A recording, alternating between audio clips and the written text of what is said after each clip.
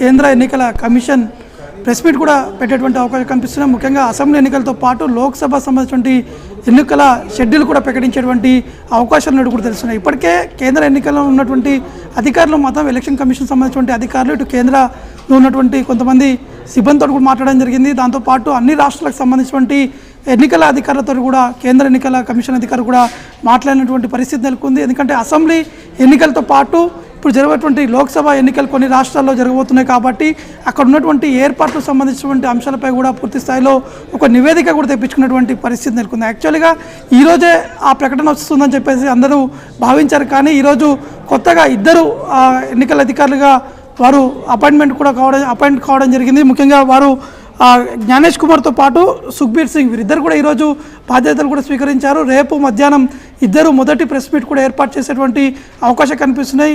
ఈ నేపథ్యంలోనే ఎన్నికల కమిషన్ సంబంధించినటువంటి అధికారులు కూడా ఎక్స్ ద్వారా అంటే ట్విట్టర్ ద్వారా ఈ యొక్క ప్రకటన కూడా చేసేటువంటి పరిస్థితి నెలకొంది. కాబట్టి రేపు షెడ్యూల్ విడుదలైన తర్వాత రేపటి నుంచి ఇక ఎన్నికల కోడ్ కూడా అమల్లోకి వస్తున్నటువంటి పరిస్థితి నెలకొంది. ఎక్కడ ఎటువంటి ఇబ్బంది లేకుండా మాత్రం పూర్తి స్థాయిలో ఎన్నికల అధికారులు కూడా అన్ని ఏర్పాట్లు చేశామని చెప్పేసి గతంలోనే ఎన్నికల సిబ్బంది కూడా చెప్పడం జరిగింది. ఎందుకంటే రీసెంట్గా జమ్మూ కాశ్మీర్లో ఎన్నికల కమిషన్ సంబంధించినటువంటి అధికారులు జమ్మూ కాశ్మీర్లో పర్యటించారు. అక్కడ ఎటువంటి ఘటనలు జరగకుండా మాత్రం అక్కడ ఉన్నటువంటి అక్కడ ఎన్నికల అధికారులతో కూడా కేంద్ర ఎన్నికల అధికారులు చర్చించారు. హోంశాఖతో కూడా ఎన్నికల అధికారులు చర్చించడం జరిగింది. ఎక్కడ ఎటువంటి అవాంఛనీయ సంఘటనలు జరగకుండా మాత్రం ఒక సేఫ్గా ఈ యొక్క ఎన్నికలకు నిర్వహించాలని చెప్పేసి కూడా ఎన్నికల కమిషన్ అధికారులు కూడా భావించినటువంటి పరిస్థితి ఉన్నప్పటి నేపథ్యంలో ఇప్పుడు ఏదైతే కొద్దిసేపటి క్రితం వచ్చినటువంటి ప్రకటనతో మాత్రం రేపు మధ్యాహ్నం 3 గంటలకే ఈ యొక్క షెడ్యూల్ కూడా విడుదల చేసేటువంటి అవకాశం మొత్తం స్పష్టంగా కనిపిస్తున్నాయి. ఎట్టి పరిస్థితుల్లో అనేక రాష్ట్రాలు అంటే ఇటు ఆంధ్రప్రదేశ్లో అసెంబ్లీ ఎన్నికలు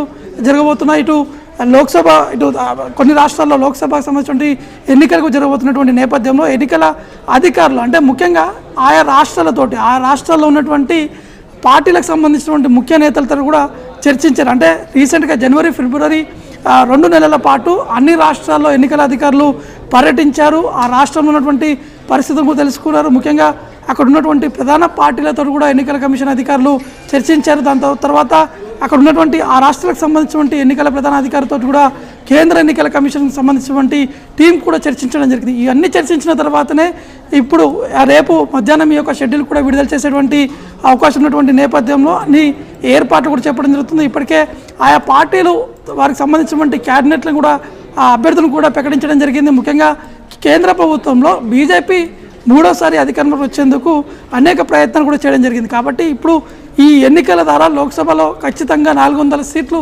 కైవసం చేసుకోవాలంటే ఎన్డీఏ తోటి కలిసి 400 సీట్లు కైవసం చేసుకోవాలనే దిశగా బీజేపీ ప్రయత్నాలు చేయడం జరుగుతుంది. ఆల్రెడీ బీజేపీ కొన్ని అభ్యర్థుల పేర్లను కూడా ప్రకటించినటువంటి పరిస్థితి నెలకొంది. ఇక కాంగ్రెస్ సంబంధించినటువంటి విషయం చూసుకుంటే కాంగ్రెస్ పార్టీ కూడా ఆల్మోస్ట్ ఆల్ కొంతమంది అభ్యర్థుల పేర్లు కూడా ప్రకటించడం జరిగింది.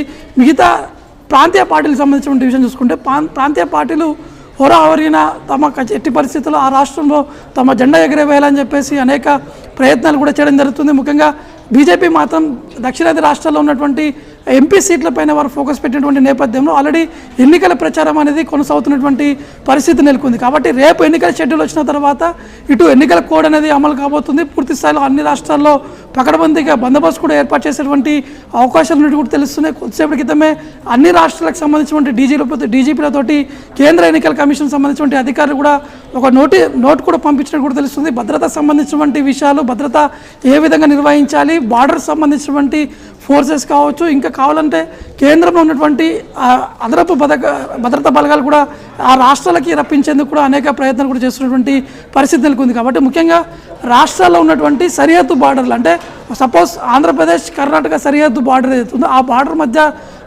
పకడ్బందీగా బందోబస్తు ఏర్పాటు చేయాలని చెప్పేసి ఎన్నికల అధికారులు గతంలోనే రాష్ట్రాల డీజీపీకి చెప్పడం జరిగింది. ఈరోజు ఇచ్చినటువంటి నోట్లో కూడా ఈ అంశాన్ని కూడా ప్రస్తావించినట్టు కూడా మనకి స్పష్టంగా అర్థమవుతుంది.